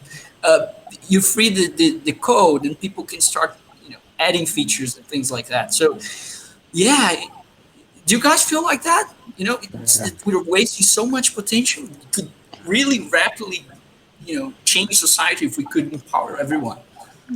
I feel you, but it's like as long as trade is still involved, the market must go on, you know. So they'll just find a new sector and new jobs and useless stuff to do that has not anything to do with producing anything, because that's taken care of now. So, you know, we'll just see like a booming of bloggers on Instagram promoting all these different things that are produced, you know. Like, so I don't think it will really solve anything to just like, not as long as trade is still involved. Oh yeah, yeah. I mean, really get rid of trade. I mean, the long run. You know, if we could, if we get rid of trade and we implemented this automated system where everything is distributed and access is given, that's where really, to me, it seems like we could get so much progress so quickly. You know, solve diseases and lots of things, because we will have so many people working by heart, first of all, because they want to work in those issues, but also because they can, you know, they have access to the educational system. So really getting rid of trade, getting rid of all the bullshit, it's to me so much of a waste of potential. And if people could see it, you know. I completely agree, man. And I think for me, what really helped understand a lot of things as well was this concept, or this little wordplay called Vados, which Theo used in The Origin of Most Problems, where they're like 6 different things in order to maybe see if a good or service can be trade free. And like V stands for volunteering, vitality, I think, and then Vados, and then automation, and then decentralization. Openly operated, you know, and self-sustainable. Yeah. If you put, I mean, imagine this. The Doctors Without Borders, I think there are just a few thousand people, and they take care, because they are volunteers. They take care of 10 million patients. That's a huge amount of people, like 10 million people. Of course, I think if we could focus our energy, like humans, even a fraction of humans, like say 5% or 10%, to solving problems, solve cancer, solve homelessness, I think there is no problem that we could not solve as human beings. I fully agree with that. Yeah. But it's also that we have to push this mentality of problem. The problem is always going to push for solutions, and problems are always changes societies. So focus on the problem, because look at open source. 80% of the Linux developers work for companies today. It started well, but because it's integrated in this, they work for companies. And Linux is very much, it's a product a lot for servers and for companies. And you will see it's a lot of bullshit even in the open source world. I'm not going to go into that. But if you keep in mind the problem and you say, okay, problem is trade, but let's automate, let's rely on volunteers, let's make this kind of trade-free world, or trade-free goods and services as much as possible. Then I think you do 2 things. You create good examples, you create good services, and you also promote an idea. And that's what I'm trying to do. You know, we release like TROM-Jaro. It's a trade-free operating system, you know, but it's something that is workable for people, but it's also an idea. You know, in that sense, if you have this approach, I completely agree. I'm behind that completely, 100%. Yeah, it's just that most people, most big organizations don't see trade as a problem. They don't even see the whole system as a problem. I just wanted to say. And that's why we have all this patchwork trying to fix small problems. Sorry, go on, Aaron. No problem. I was just about to say that I'm also thinking about sometimes the human potential, like the potential of humanity. It's just, it's immense. Take all of the truck drivers and educate them as cancer researchers. I think we will solve cancer. Park those trucks. we can automate those. Fuck those, they are already automated. Take all of that and say, okay, we are going to pay you, just fix cancer. That's it. Yeah, I don't think any problem. It's too much for humans to solve. I don't think so.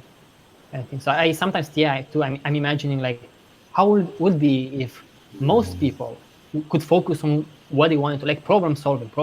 Wow, I think it would be a fantastic system. Yeah, yeah, and people would generally be so much more satisfied and fulfilled in life, and Absolutely. Yeah. Absolutely. Okay, then News. let's go quickly to some news. Go to the And news. it's getting hot in here, and I cannot open the window because there are so many cars. Like, Brutal. brutal. Reality TV exposing young people to alcohol and smoking. Yeah. Same old, same old. Sounds about right. Is this news? Yeah, they did a study about that, and yeah, they realized that, yeah, of course, lots of kids are exposed to these drugs, but so is the social like networks today, because kids, who is watching TV anymore? The kids are on their phones and their tablets, and they get the same kind of shit in their heads, all kinds of drugs. So that's the news about. They are a bit. They put that in perspective, like, yeah, it's true, but kids are actually exposed to other social media and shit like that, to alcohol, and you see they put some rules, like I think in the UK you can only advertise alcohol and tobacco after 9 p.m. because they think like, okay, kids go to sleep on 9 p.m. I mean, okay. If you are sure. but it's much harder to control these things on social media, I mean, especially because they're, even if you ban like, which is like impossible basically, to try to stop an influencer, for example, to advertise alcohol or something. Fuck them, because when I was in school, it was completely legal to smoke, and all of the kids were smoking behind the school. It was the school, they were smoking here. Like, Yeah, doesn't even matter. Yeah. Rules are not going to stop problems. When you stop problems by addressing the problem. Yeah. Like social media, like stopping it there is one thing. Like when something is embedded in a culture is another thing. Like we talked to me and Seb, we talked to some guy who was in some kind of business the other day, and he said like if you wanted to make a deal happen, you had to get drunk with the boss. So like it's in everything, and you can't just be like, oh, you can't do that, and then it's not gonna happen. Like it's not how it works. The double standard of like alcohol, it's okay, it's socially accepted. I mean, you know that this wine works very well on this pasta. But weed or something else is like, oh my god, you have that much weed, you go to prison, motherfucker, because you are dangerous. What the fuck? Let's not go into that now. It's a big one also. I guess I missed a lot. Cody.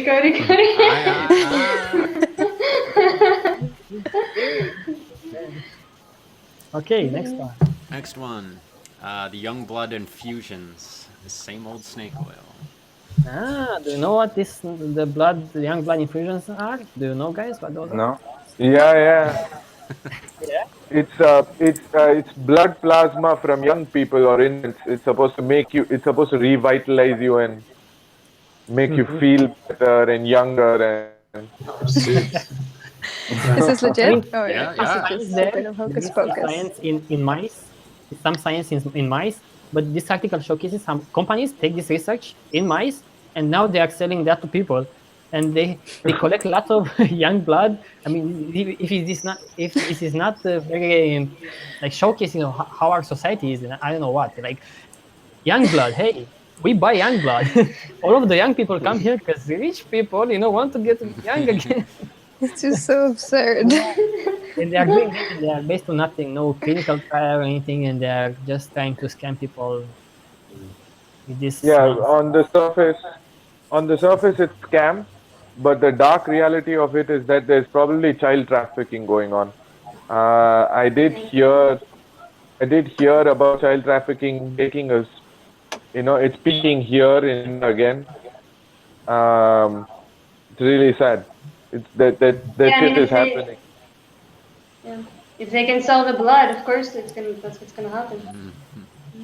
Yes, I mean, somebody is going Young to blood come. is worth money, then kids are worth money. Yeah. And some people think that this is horrifying, but isn't it equally as horrifying when you take kids' brain and put it in school and then you keep them there for 12 years? Isn't that sucking in their energy and their?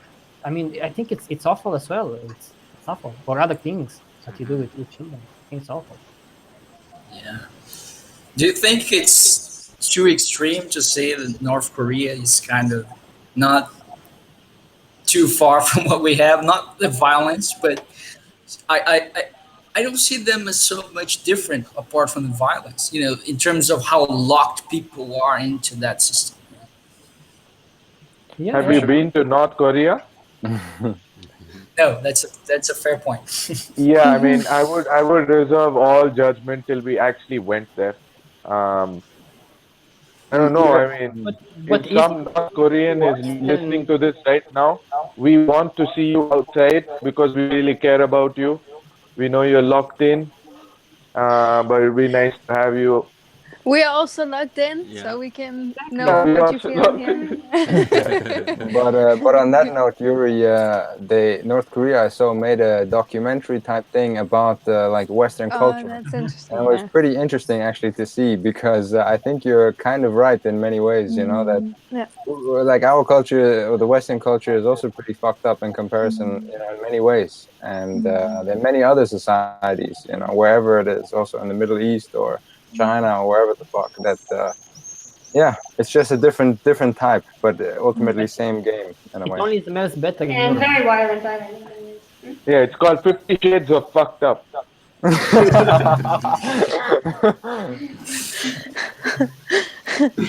Good one.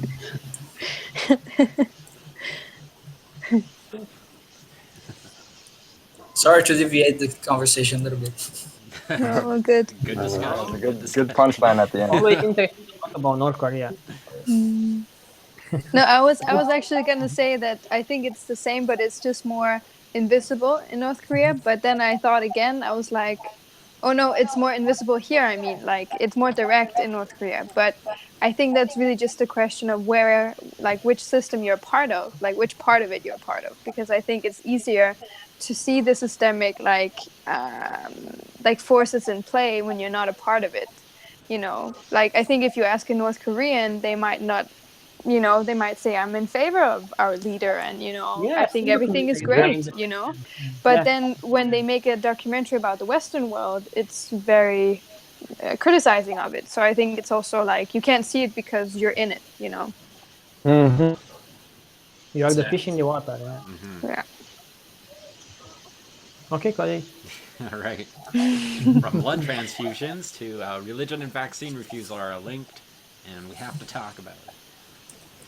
Yeah, they show that it's quite. I mean, it's linked in terms of like probably not having much knowledge of science, you know, and not understanding what vaccines are, and the religion is just an excuse in a way to be like we don't need vaccines and so forth. It's a big mess with vaccines. People are thinking that, you know, vaccines are harmful, and they think it's a big conspiracy, and they think that they're killing people and so forth. And it's true that it's an industry, it's a business, but you have to separate conspiracy. Is Jen still there? Jen's not there anymore. No. Oh, Cody, have you run into any anti-vaxxers? My mom is a proud anti-vaxxer of Okay. 20 years. Okay. Funny that that's Cody. And she's watching right now, yeah? Maybe. I just Watch guys out don't what you awaken say the now. beast. So, with I read this on a random meme accumulator website online, but this is a general physician arguing against an anti-vaxxer. So the anti-vaxxer comes in and she tells him that, oh no, it's a big conspiracy by big pharma to make our kids dumb and to keep them dumb.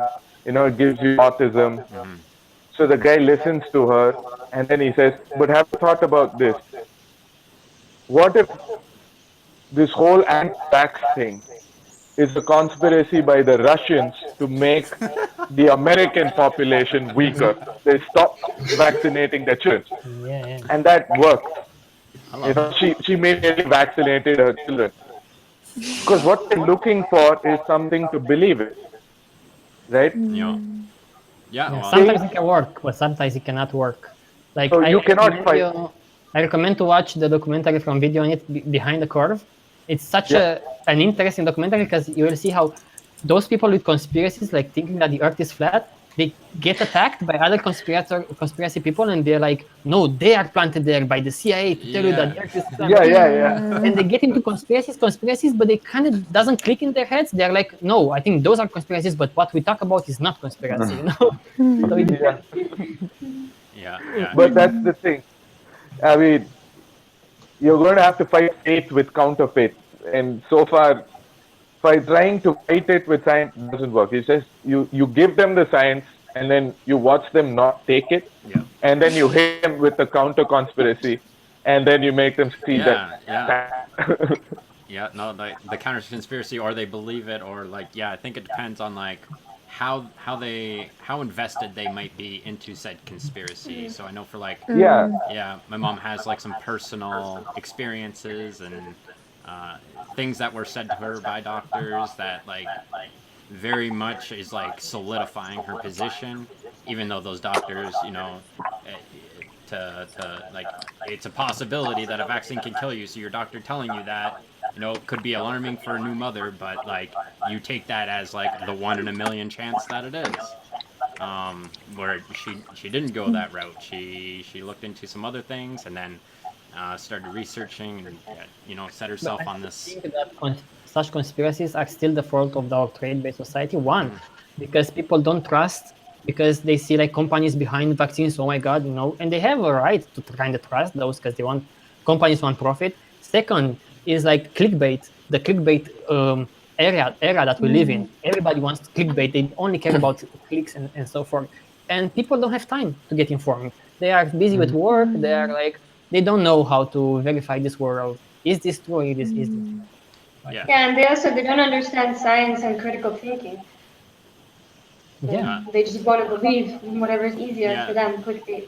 They do, or they believe flawed science and not understanding, studies that have been like, discredited, or like not all science is good science kind of thing, or that they can, if you're believing kind of like, if the basehood for your beliefs is like a falsehood, then like obviously like whatever you're going to go to from there is going to be compromised, and then it's just a plus.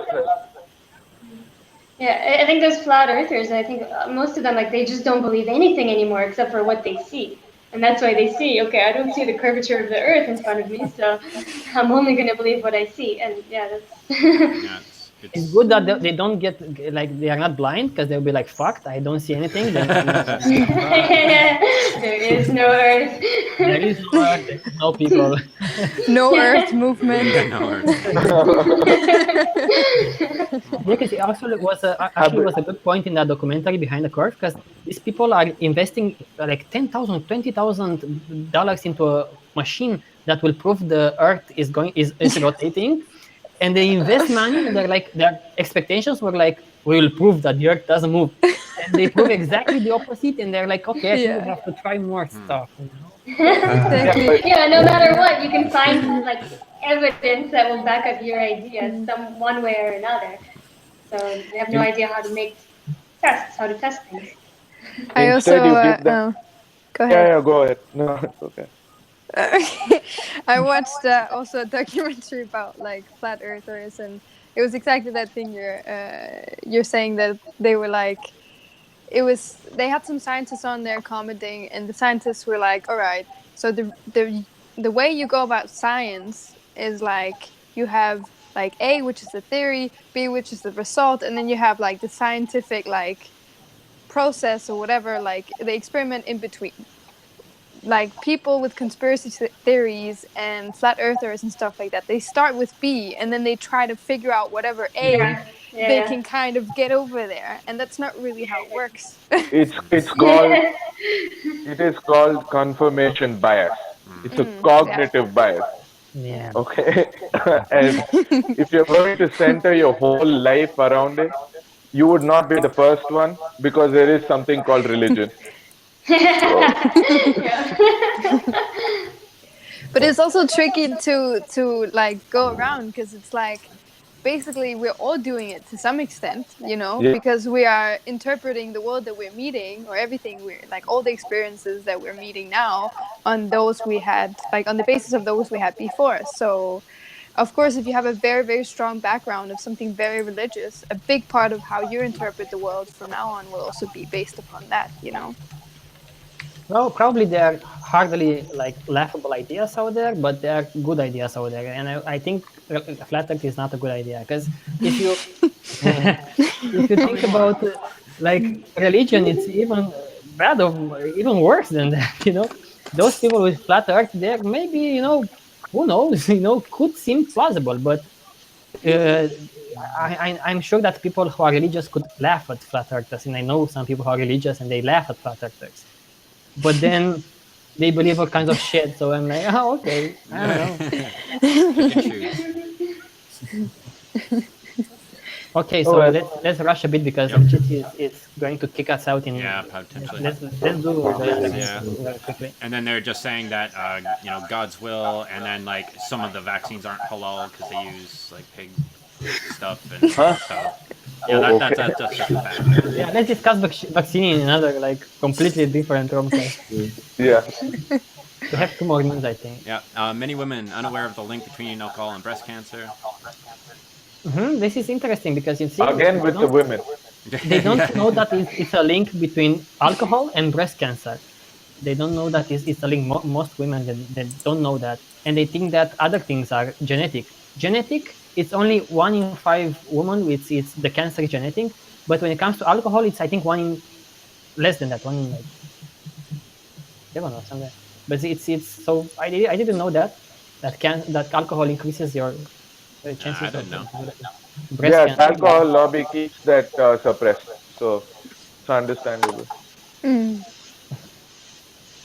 Yeah, so that's interesting study to show that people are not informed about such things, and they think that alcohol is so not dangerous. But it kind of is. Are we all talking fast now because the Jitsi death is coming? Potentially. Yeah. It was just hell on earth last time. Everyone talk fast. Yeah, 2 more minutes.